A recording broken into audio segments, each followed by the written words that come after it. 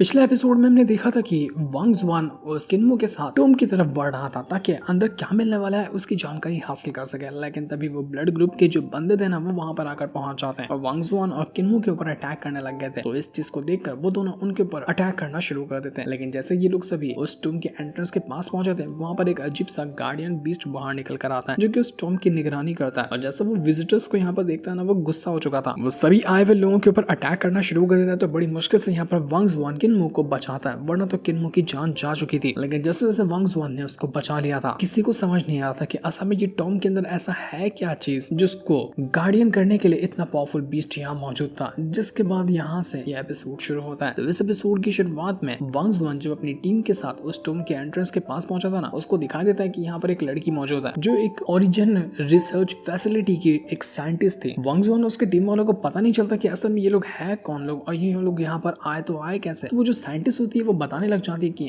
हम ना इस टोम के ऊपर काफी टाइम से रिसर्च कर रहे थे और किसी और के आने से पहले ही हमने टोम की अच्छे से जानकारी निकाली है। हमने तुम्हें एक वेपन दिखाया था ना जो कि इस टोम के अंदर से मिला था, असल में वो एक बाम्बू का पीस है। हमारे डेटा के मुताबिक वो जो बाम्बू का पीस है ना वो अभी का नहीं है, वो एंशिएंट टाइम का है जब एंशिएंट कल्टीवेटर मौजूद हुआ करते थे और उस बाम्बू के अंदर बहुत ही ज्यादा प्योर एनर्जी को भरा गया है। तो वांग जुआन की टीम की जो कैप्टन थी वो कहती कि देखो मुझे तुम्हारी बात पे भरोसा नहीं है, लेकिन तुमने जो भी डेटा कलेक्ट किया ना सारा का सारा डेटा मुझे चाहिए। मुझे अपना सारा डेटा दो और मुझे अपनी आंखों से दिखाओ कि तुम लोगों को उस टोम के अंदर से मिला क्या। तो साइंटिस्ट कहती कि ठीक है आप कुछ इन टाइम के लिए इंतजार कीजिए, मैं सारा का सारा डेटा आपके पास लेकर आती हूँ। तो इतना कहने के बाद साइंटिस्ट तो वहां से जा चुके थे, लेकिन वांग जुआन सोच में पड़ जाता है कि यार ये जगह कैसी है। ये जगह उसको बहुत ही ज्यादा मिस्टीरियस लग रही थी। उसको वहां पर कई सारे बीस्ट वगैरह भी नजर आते हैं जिनके ऊपर इस फैसिलिटी के अंदर रिसर्च की जा रही थी। ये फैसिलिटी वाले बहुत ज्यादा मिस्टीरियस लग रहे थे जो किसी भी के ऊपर रिसर्च वगैरह करते थे। वांग जुआन हैरान था कि यार ये काफी डेंजरस जगह लग रही है। साथ ही साथ जब वो बीस्ट आया था टोम की गार्डियन करने वाला वो बहुत स्ट्रॉन्ग था। इस बात तो मैंने जैसे जैसे अपने आप को बचा लिया, लेकिन अगली बार अगर वो आया तो मैटर और ज्यादा बड़ा हो सकता है। मुझे जैसे जल्द खुद को और ज्यादा स्ट्रॉन्ग बनाने के बारे में सोचना होगा। तो वांग जुआन ये सारी चीजें सोच ही रहा था कि तभी वहां पर वो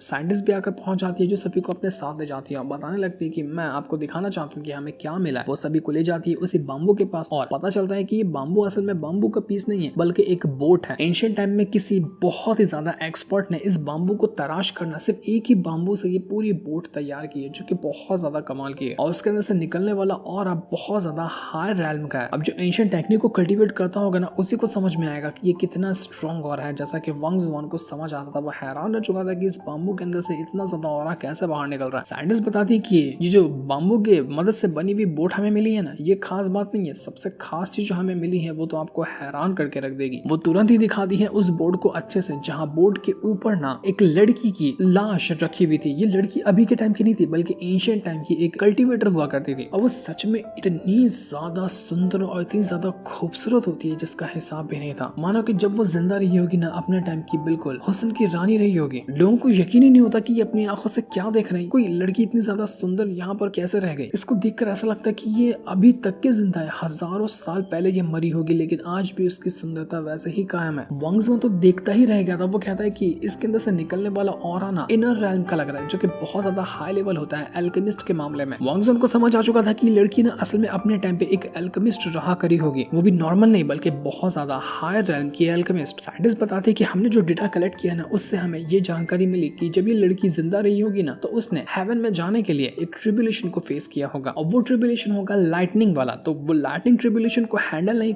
कर पाई जिस वजह से ट्रिब्यूलेशन ने इस लड़की की जान ले ली और उसको उस टोम के अंदर ला कर रख दिया। तभी से ये लड़की आज तक के वैसे ही मरी हुई है जैसा कि वो उस टाइम मरी थी। वांग जुआन जैसे उस लड़की को एकदम ध्यान से देख रहा था ना उसको अदल की विजन आने लगता है। उसको ऐसा दिखने लग जाता है कि वो लड़की जिंदा है, उसके सामने आकर खड़ी हो चुकी है। वांग जुआन कहता है कि नहीं ये मुझे इल्यूजन नहीं लग रहा, ऐसा लग रहा है कि ये लड़की की सोल ना मेरे दिमाग के अंदर घुस गई है। ये क्या हो रहा है मेरे साथ, मुझे कुछ भी समझ क्यों नहीं आ रहा। साइंटिस्ट बता दे कि हमने जो डेटा कलेक्ट किया ना उससे हमें ये पता चला है कि इस लड़की की जो एज होगी ना वो करीब करीब 250 साल होगी। इसने 250 साल तक की अपनी कल्टीवेशन की है। लेकिन इमॉर्टल के बारे में तो आप सबको पता होगा कि वो हजारों साल के हो जाते हैं लेकिन वैसे ही जवान के जवान ही रहता है। तो वही खास बात इसके अंदर भी थी। वांग जुआन कहते हैं कि ये जो टोम है इसकी दीवारों पे अजीब से निशान वगैरह क्या बने हुए हैं, मुझे ये निशान के बारे में कुछ जानना है। तो साइंटिस्ट बताते हैं कि हमें उतना कंफर्म तो नहीं पता लेकिन हमें जहां तक अंदाजा लगा है हमारे ख्याल से ये वही लाइटनिंग के अटैक होंगे जिस लाइटनिंग ट्रिब्यूलेशन को ये लड़की फेस कर रही थी। तो उसी का असर दीवारों पे पड़ा है तो दीवार वगैरह टूटे हुए हैं। तो वांग जुआन की टीम की कैप्टन कहती है कि तुमने ना बहुत सारे टेस्ट किए होंगे इस लड़की के ऊपर, क्या इसका कुछ रिजल्ट मिला, क्या है इस लड़की की खासियत, इसके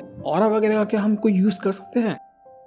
तो साइंटिस्ट बताते कि हाँ, हमने एक बार टेस्ट किया है इस लड़की की ब्लड को यूज करते हुए। मैं आपको वो टेस्ट एक बार फिर से करके दिखाती हूँ। वो एक मशीन निकालती है और उसकी मदद से उस जो लड़की थी ना, उसका थोड़ा सा ब्लड निकालने की कोशिश करती है। जैसे ये काम हो रहा था, वांग जुआन को विजन आता है कि उसके वर्ल्ड के अंदर वो लड़की मौजूद है, वो खून के आंसू रो रही है, मतलब उसको तकलीफ हो रही है ये ब्लड निकालने से। वांग जुआन एकदम घबरा चुका था कि ऐसा क्या हो रहा है मेरे साथ, मैं उस लड़की की फीलिंग को क्यों महसूस कर पा रहा हूँ, जबकि वो मर चुकी है ना, तो मुझे उसकी फीलिंग का एहसास कैसे मिल रहा है। जैसे ब्लड निकाला गया था ना, वहां की जगह अपने आप रिकवर हो जाती है। तो वांग जुआन कहता है कि ये जो बाम्बू के ऊपर ये लड़की लेटी हुई है ना, ये बाम्बू की एनर्जी उस लड़की की बॉडी को प्रिजर्व करके रखा है। कितना भी कुछ हो जाए उस लड़की की बॉडी कभी डिस्ट्रॉय नहीं होगी। इसके बाद साइंटिस्ट जो होती है ना, वो सभी को अपने एक टेस्ट सब्जेक्ट के पास लेकर आती है। वहां पर एक चूहा रखा होता है और वो साइंटिस्ट ना उस चूहे के अंदर वही जो ब्लड थोड़ा सा निकाली थी ना उसने इमॉर्टल के अंदर से लड़की वाली, तो उसका ब्लड डाल देती है चूहे के अंदर। जैसे चूहे के अंदर ये ब्लड जाता है, चूहा बिल्कुल पगला गया था। उसके अंदर ऐसा एनर्जी का ब्लास्ट होता है कि वो चूहा उसको कंट्रोल ही नहीं कर पाता। वो इतना ज्यादा एनर्जी से भर चुका था जिसका हिसाब भी नहीं लगाया जा सकता। वो कुछ ही टाइम के अंदर ट्रांसफॉर्म हो जाता है एक बहुत ही ज्यादा ताकतवर और बहुत ही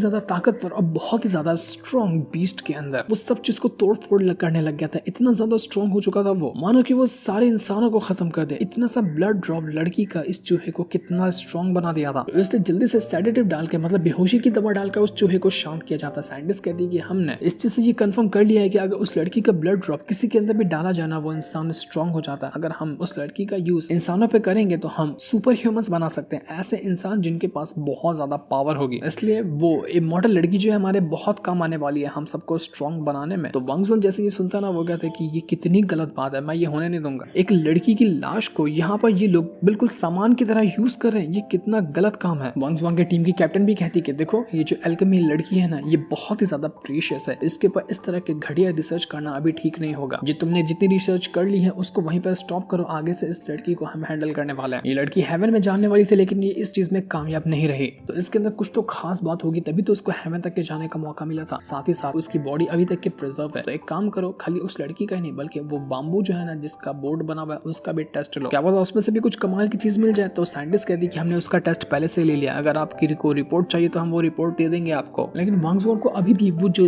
टोम के अंदर वो लड़की रह रही थी ना, वहां पर कुछ तो डाउट लग रहा था। वो कहता है कि उस टोम के अंदर से जो मिले हुए पत्थर है, क्या मैं उनको पास रख सकता हूँ अपने, मुझे उनकी जरूरत है। तो साइंटिस्ट कहती है कि देखो हमने उन पत्थरों के ऊपर बहुत टेस्ट कर लिए लेकिन कुछ भी नहीं मिला, वो पत्थर सारे नॉर्मल है, कुछ भी नहीं है उसके अंदर खास बात। लेकिन वांग जुआन कहता है कि नहीं, शायद आप लोगों को गलतफहमी हो रही है, मुझे तो लगता है कि पत्थरों के अंदर ही राज होगा इमॉर्टैलिटी हासिल करने का और हेवन तक के कैसे जाया जाता है इसका। तो मुझे ही दे दो ना पत्थर, मैं उसको अच्छे से रिसर्च करके देख लूंगा। तो इसलिए वांग जुआन की जो कैप्टन होती है वो कहती है कि बहुत बढ़िया, कमाल की बात कही है वांग जुआन तुमने, ठीक है हम तुम्हारे लिए 2-4 पत्थर निकाल देते हैं, तुम उसके साथ जो करना वो कर लेना। इसके बाद आज का तो इन लोगों का जो काम था वो पूरा हो जाता। इसके बाद आज का जो इनका काम था ना वो पूरा हो चुका था। इस वजह से सभी लोग अपने अपने घर चले जाते हैं ताकि आराम कर सके। लेकिन जाते साथ ही किन्मू जो होता है वो वांग जुआन से कहता है कि वांग जुआन, हमारी कॉर्पोरेशन की जो हेड है ना वो तुमसे मिलना चाहता है। बता तो नहीं उन्होंने कि उनको क्या काम है, लेकिन तुम्हें उनसे मिलने के लिए जाना चाहिए। वांग जुआन भी थोड़ा सा परेशान हो जाता है तो वो उनसे मिलने के लिए चला जाता है। जैसे वो आता है उनके घर पर, वहाँ पर वो जो हेड थे ना वो आराम से अपना मछलियां वगैरह पकड़ रहे थे। वो वांग जुआन को देखकर कहते कि अरे वांग जुआन तुम आ गए, मैं तुम्हारा इंतजार कर रहा था कब से, आओ आओ, आने में बड़ी देरी कर दी तुमने, आराम से बैठना, शोर मत करना क्योंकि मछलियां पकड़ रहा हूँ, सुबह से पकड़ा नहीं हो, ये मछलियां शोर सुनकर भाग जाएंगी। वांग जुआन कहने की कोशिश करता है कि आपने मुझे किस काम के लिए यहाँ पर बुलाया, क्या आप उसके बारे में बताएंगे। तो हेड तुरंत ही यहाँ पर एक लकड़ी का टुकड़ा निकाल कर देता है वांग जुआन को और कहता है कि तुम जैसे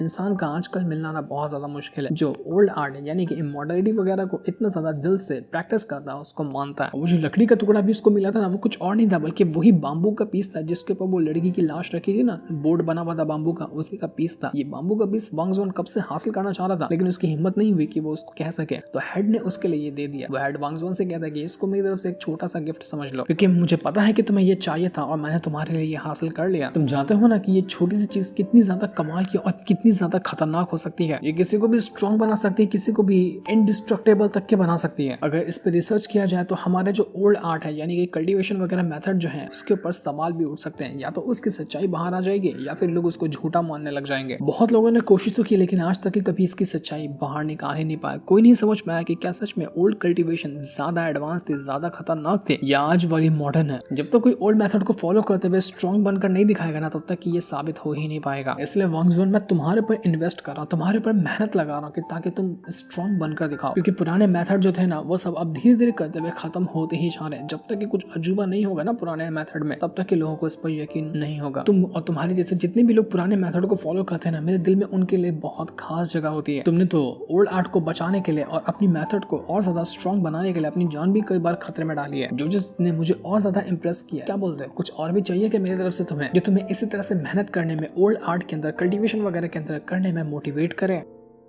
तो वांग ज़ुओन कहता है कि नहीं, उसकी जरूरत नहीं है, आपने जितना भी मेरे लिए किया है वो बहुत कुछ था। लेकिन वो हेड कहता है कि नहीं, तुम्हें यहाँ पर रुकना थोड़ी, तुम्हें तो और ज्यादा स्ट्रॉन्ग बनते जाना है। तुम्हें जितनी चीज मिल सकती है ना उतनी चीज हासिल करने की कोशिश करो, ताकि तुम अपने आप को बहुत ज्यादा स्ट्रॉन्ग बना सको। हाँ, वैसे मैंने ये भी सुनकर रखा है कि तुम कोई खास टेक्निक अभी सीखो, जो कि फार्लिमेंट जैसी टेक्निक है, और उसका यूज करते हुए तुम पहले से ज्यादा स्ट्रॉन्ग बनते जा रहे हो। लेकिन मैं तुम्हें बता देना चाहता हूँ कि कल्टीवेशन में कोई शॉर्टकट नहीं होता। जितना स्टेप से तुम आगे बढ़ोगे ना, वही तुम्हारे लिए अच्छा होगा। अगर तुम फोर्सफुली जल्दी जल्दी ज्यादा टेक्निक को सीखने की कोशिश करोगे तो तुम्हारी जान पे बना जाएगी और तुम्हारी जान तक जाने का खतरा हो सकता है। इसलिए जो भी करना है स्टेप बाय स्टेप करना, उसी में फायदा है। लेकिन फिक्र करने की जरूरत नहीं है, मैं हूं ना तुम्हारे साथ। मैं तुम्हें और ज्यादा स्ट्रॉन्ग बनने में, तुम्हारी सारी टेक्निक को और ज्यादा एडवांस करने में हेल्प करूंगा। क्या तुम्हें मेरी हेल्प चाहिए? वांग ज़ुओन थोड़ा सा घबरा जाता है कि नहीं, आपकी मुझे हेल्प नहीं चाहिए। आप ऐसा लग रहा है कि मारोगे मुझे, प्रैक्टिस करते करते आप मेरी धुलाई कर दोगे। एक काम करते हैं, छोटी मोटी प्रैक्टिस करते हैं। लेकिन हेड नहीं सुनता, वो तुरंत ही एक झटके से अटैक देकर मारता है वांग ज़ुओन के ऊपर। और जैसे ही अटैक वांग ज़ुओन को लगा था ना, वांग ज़ुओन का पूरा अंदर से शरीर हिल जाता है। उसके पूरे शरीर के अंदर एक अजीब सी एनर्जी दौड़ गई थी। वो एनर्जी इतनी ज्यादा स्ट्रॉन्ग होती है कि वांग ज़ुओन उसको हैंडल ही नहीं कर पा रहा था। और ये होते साथ ही जो भी ब्लॉकेज थे ना वांग ज़ुओन के शरीर के अंदर, मतलब जहां जहां एनर्जी नहीं पहुंच पा रही थी, कुछ जगह गड़बड़ हो, वो सब के सब फिक्स हो जाते हैं और पूरा शरीर उसका एनर्जी से दौड़ गया था। वांग ज़ुओन कहता है कि अरे वाह, क्या मस्त फीलिंग आ रही है अब तो मुझे। तो हेड कहता है कि जिस परेशानी में अभी तुम थे ना, वो परेशानी से मैं गुजर चुका हूँ, इसलिए मुझे पता है कि इसको कैसे फिक्स किया जा सकता है। ज्यादा मुश्किल काम नहीं था, लेकिन मैंने तुम्हारी हेल्प कर दी है। अब तुम कल्टीवेशन का ट्राई करना, बहुत अच्छे से बढ़ेगी तुम्हारी कल्टीवेशन। लेकिन हाँ, स्टेप बाय स्टेप यूज करना, वरना बीच में से आगे बढ़ने की कोशिश करोगे तो नुकसान होगा। तो ये सुनने के बाद वांग ज़ुओन काफी ज्यादा खुश हो जाता है और वहीं पे बैठकर वो कल्टीवेशन करने लग गया था ताकि अपने आप को स्ट्रॉन्ग बना सके। तो ये सुनने के बाद वो हेड जो होता है वो वहां से जाने लग जाता है और वो उससे कहते हुए जाता है कि उम्मीद करते हैं कि तुम यहाँ पर अपनी कल्टीवेशन को और ज्यादा स्ट्रॉन्ग बनाओगे और जैसा मैंने सोच कर रखा है तुम वो काम करे। उसके जाने के बाद वांग ज़ुओन अपनी कल्टीवेशन में काफी टाइम तक के लगा ही रहता है। जिसके बाद अगले सीन के अंदर हम एयरपोर्ट का सीन देखते हैं। इसकी मदद से ना प्रोक्सिमा बी नाम की एक दूसरी गैलेक्सी थी, उसके अंदर जाने का आज फ्लाइट का बंदोबस्त किया गया था। वहीं पर वो जो ब्लड ग्रुप का हेड होता है ना, कमांडर, वो आया हुआ था क्योंकि वो उस हमले से बच गया था। तो चुपचाप से ही अपना भेस बदल कर दूसरी गैलेक्सी के अंदर जाने की कोशिश कर रहा था। लेकिन बेचारा वो वहां से जा ही क्या पाता कि उसको नजर आता है कि कुछ बंदे उसके ऊपर नजर रखे हुए हैं जिन्होंने उसको चारों तरफ से घेर लिया। वो चारों तरफ से घेर चुका था और कहीं वो जा ही नहीं पाता। ये बंदे कोई और नहीं बल्कि वो जो ज़ाओ है ना, उसी के बॉडीगार्ड थे। वही ज़ाओ जिसको पहली बार वांग ज़ुओन ने भी देखा था और उसने भी वांग ज़ुओन को देखी थी। ज़ाओ यहाँ पर आराम से आती है उस कमांडर के पास। तो कमांडर समझ चुका था कि मैं तो गया। वो तुरंत अपना सामान फेंक कर वहां से भागने की कोशिश करता है, लेकिन वो ज़ाओ तो तुरंत अपना पेंसिल फेंक कर मार दिया कमांडर को कि कमांडर जो था वो दूर जाकर फेंका चुका था। वो वहीं पर बेहोश हो जाता है। ज़ाओ के बॉडीगार्ड वगैरह जो थे वो उस कमांडर को उठा कर वहां से ले जाते कि अबे तू मरा तो नहीं क्या ना, चल ढंग से। और उसको जैसे जैसे उठाकर वहां से दूसरे कमरे में ले जाते हैं। तो ये होते साथ ही वो जो ज़ाओ होती है वो किसी से कांटेक्ट करके कहने लग जाती कि सिस्टर, आपका गिफ्ट तैयार है। आप चाह रही थी ना कि मैं आपको ये कमांडर डिलीवर कर दूं, तो मैंने इसका बंदोबस्त कर लिया। अब आपको कमांडर किसी भी टाइम पे पहुंचता हुआ मिलेगा। तो वो जो लड़की थी वो कहने लग जाती कि अरे मेरी बहन, थैंक यू तुम्हारा, जो तुमने मेरा काम आसान कर दिया। तुमसे यही उम्मीद थी कि तुम ये काम आसानी से कर लोगी। तुमने जो आज मेरी हेल्प की है उसके बदले अगर तुम्हें कुछ चाहिए होगा तो बेफिक्र मुझे बताना, जो तुम्हारा काम होगा मैं तुम्हारा वो काम कर दूंगी। इसके बाद ज़ाओ जो होती है ना, वो वांग ज़ुओन की प्रोफाइल देखने लग जाती है। उसको पता चलता है कि वांग ज़ुओन का जो कल्टीवेशन रैम है वो की कंडेंसेशन के मिड स्टेज पर है और अपनी टीम का सबसे बेस्ट परफॉर्मर भी है। तो वो देखकर वो हैरान रह जाती है ज़ाओ कि ये बंदा यहाँ पर क्या कर रहा है। इस बंदे को तो मैं पहले भी कहीं देखी हूँ लेकिन मुझे ढंग से याद नहीं आ रहा, आखिर ये टीम का बेस्ट परफॉर्मर कैसे बन गया। ऐसा लग रहा था कि वो वहां से जा रही है वांग ज़ुओन से ही मिलने के लिए, लेकिन वो उससे क्यों मिलने जा रही है ये तो अभी हमें नहीं बताया जाता। वो हमें पता चलेगा नेक्स्ट एपिसोड के अंदर, जिस दिन को दिखाते साथ ही ये वाला एपिसोड यहीं पर एंड हो जाता है। Thanks for watching.